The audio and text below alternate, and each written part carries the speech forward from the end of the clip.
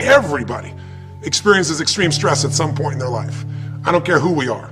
Something happens outside our control and it hits our life and it knocks us on our tail. It might be a health stress. It could be something with your family. It could be economic, career. It could be something emotional that happens, biochemical. There's so many things. It could be an environmental situation that had nothing to do with you.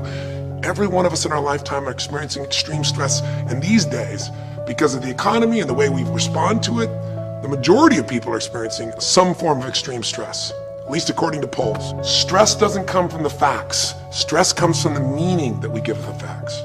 Yes, those things have happened, but the real question is, if we fight what's happened, we got a problem. We got to decide, what are we going to do with what's happened in our life? How are we going to take this? How are we going to mold this? How are we going to turn our life around? Because when you come up with a new meaning, you get a new life. So what are we going to do in this session? Well, in this session, we're going to take a look at something from a different perspective. We're going to ask you this question. What is the single force that controls the quality of your life?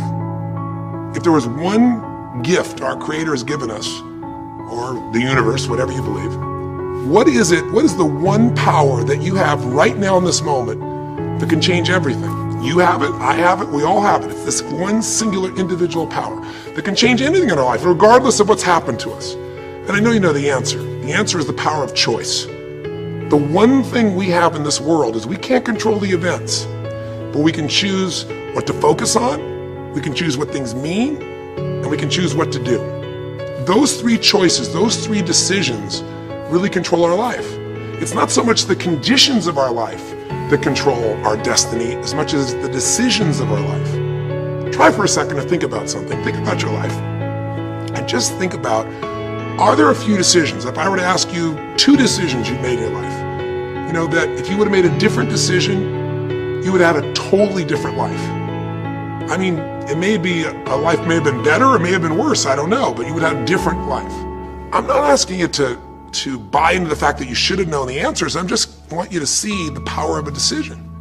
How is your life better today because of a decision you made years ago, not just negative ones? Think about it. Sometimes a little decision changes your whole life. Like you decide one day to go to a certain school, and you go to that school, or to go eat someplace, and you bump into the person that becomes the love of your life. Or you meet someone, and you decide as a result of that you're going to become a photographer or a software engineer or a business person or a doctor, a dentist, whatever. They impacted you, but you made the decision, that's what I really want. That's what my life's going to be about. And that decision has affected so much of your life, what you do, how you live your life, how you spend your time, what you earn or don't earn, you know, who you attract into your life. Beliefs you have all come from some of these little decisions. What you decide to eat from your dinner plate each night certainly determines your physical destiny, right? We all know that, at least to a certain extent. I know there's a certain amount that's genetics, but I'm talking about the stuff you and I can control. So decisions equal destiny. It's not our conditions, it's our decisions. So if we want a new life, if we want a new experience, we've got to make new choices. If you don't like the way your career is or your business is, change it. If you don't like your body, change it. You don't like your relationship, change you first, because if you change it, you'll bring you to the next one. Maybe it's time to change it too, but change yourself first. If you want to change anything in your life, you have the choice. So there is no right or wrong. I just want to make you aware in this breakthrough session that everything in our life changes the moment we make a decision. And I mean a real decision. A decision is when you cut off any other possibility and you commit to something with everything you've got and you take action. But the big decisions start with little decisions like, what am I going to focus on? Because whatever you focus on, you're going to feel. If you focus on all the things that have been done to you in your life, of course you're going to feel like hell. If you focus on all the amazing coincidences that have happened, things that maybe they were guided, maybe not, but things happen, and because of that, you met this person that's your best friend, your husband, your wife, or because of that, you have this ability, or because you were there that day, God, you missed an accident. I don't know what it is, but whatever you focus on, you're going to feel. If you focus on people don't care, and you'll look for reasons why they don't care, and evidence they don't care, you'll find it everywhere. If you look for evidence that people are really good people inside, that at some level we all care about each other, you'll find it. Seek and you shall find. The secret is, have you become conscious about your decision making? Because this breakthrough session is, really, you want to change your life, make new choices. New life comes from new choices, but you got to make conscious choices. The people in this particular television special, Melissa and her husband, they really found themselves in a place where they were both making decisions, Melissa and Rick, that were unconscious. When you make decisions about what to focus on and what things mean and what to do, and you're unconscious, you get pretty terrible results usually. Now, we've all done this. I do it still. We all do. But if you want to change your results, you got to become more conscious in your decision making. So think about it. What you focus on, you will feel. Whether it's true or not. You focus on how people don't care, you're going to feel they don't care. Second decision you make is what do things mean.